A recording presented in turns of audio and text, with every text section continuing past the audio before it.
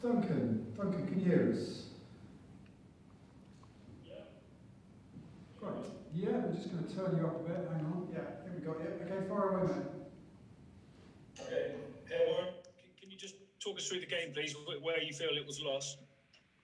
Yeah, we were happy with going on half time, and the second half we just didn't get anything really. Just got no momentum, no real opportunity to play. We got nothing at all from any sort of kick returns, whether it was us or them, and that was disappointing. And we've probably given away some penalties. In fairness to them, they scrummaged pretty well in the second half, drove a lot, and got some reward from that. So it was, like I said, we were happy with the way that the first half had gone, and we felt going into half time that we'd carried well, we'd got some forward momentum, and we just didn't achieve that at all in the second half.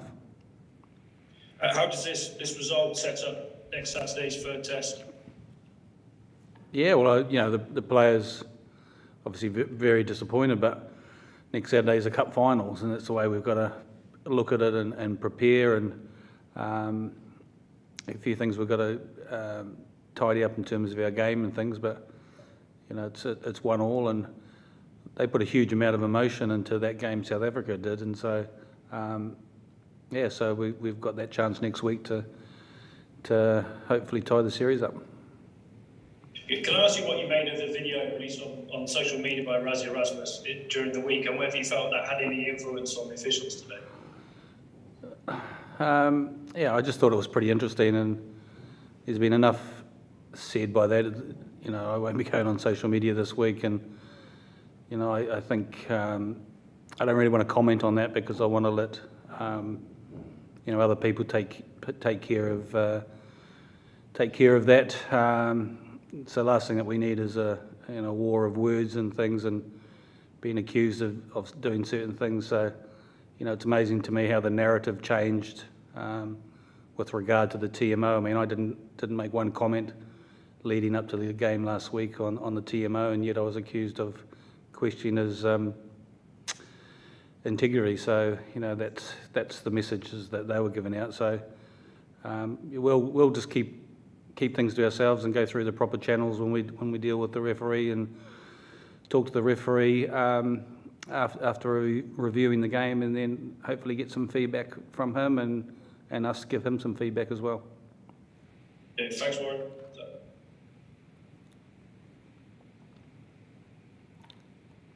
Gareth? Okay, Gareth, let's go Murray then. Hey Warren, can I just ask for your opinion on the Ches and Colby yellow card? Did you feel that was a fair sanction? I'm not going to comment on the referee's decisions. I mean, we'll have our meeting with the referee this week and see what the assessors come back with in terms of their decision, and then get some, find out what it was. It didn't look great from where I was, but he decided it was a yellow card decision. Can I just ask you about selection then for next weekend? Like, did you feel some guys maybe didn't put their hand up as much as you would have liked, and will you consider a few changes? Yeah, that's something it's very early on now. It's only just, the game's only just finished, so it's making sure that we do a proper review of the game and look at individuals. Do we need to make some changes? Like I said, I was happy with that first half performance and thought we were getting some reward out of that, and we just didn't get any bounce of the ball, didn't get anything in that second half, and to be able to create some momentum, it was the game was very, very slow in terms of how often the clock was stopped and how slow it was, and they did a good job managing that by slowing the game down, and which was frustrating for us because it was difficult to get that sort of rhythm in the second half because of how much it was stop-start. Cheers. Warren, it's James. I think you just mentioned the stop-start nature of the game. I worked out each half took 65 minutes. What are you going to do to try and inject a little bit more pace into the game next week and play on your fitness levels a little bit more? Yeah, I mean, the referee was continually talking to them about trying to speed the game up and keep it moving. He was trying to stop the clock. So yeah, that's something that we'll probably look at raising next week in terms of how we get some more tempo in the game, and that every stoppage isn't an injury stoppage, which we seem to have, particularly in that second half. So yeah, it's difficult to change that, and you've just got to hopefully, the captain working with the referee, and he was talking to Ben Ellenwin in terms of trying to speed the game up and keep it moving. But it was very, very stop-start.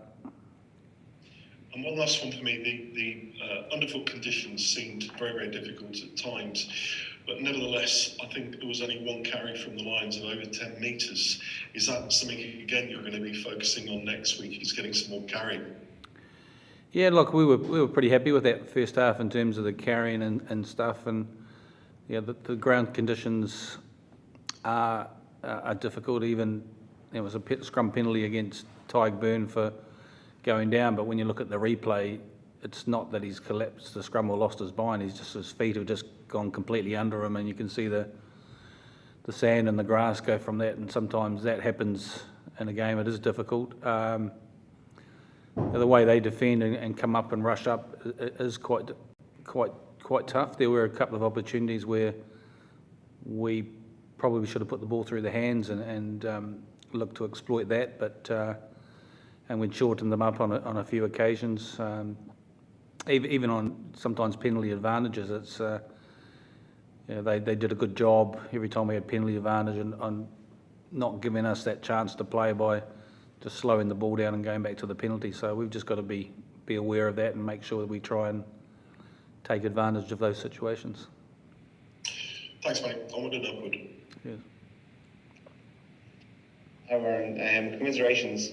There's a perception out there already, and it's probably going to grow, that what Rassie Rasmus did this week worked, and it's one of the reasons they won the game. Do you think there's a dangerous precedent that was set over the course of the last week, and that we could end up in a kind of a lawless kind of area where coaches are coming out doing their own videos, putting pressure on match officials, and that the game could go to a pretty dangerous and interesting place?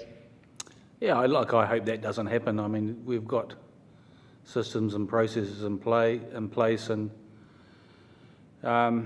hopefully World Rugby does look at that in terms of making sure that everyone follows the protocols, and I think that's important because there is we do press conferences and try and give you guys some feedback and information, and we deal with the referees and deal through World Rugby, and that's kind of the processes. I just hope it doesn't get to a situation where we end up with things on Twitter and people airing their views in that way and not through the proper channels. It's been, I found it quite strange that approach was taken, but it's definitely not something that I will get involved with, and it's important that we keep the integrity of the game up as much as we possibly can.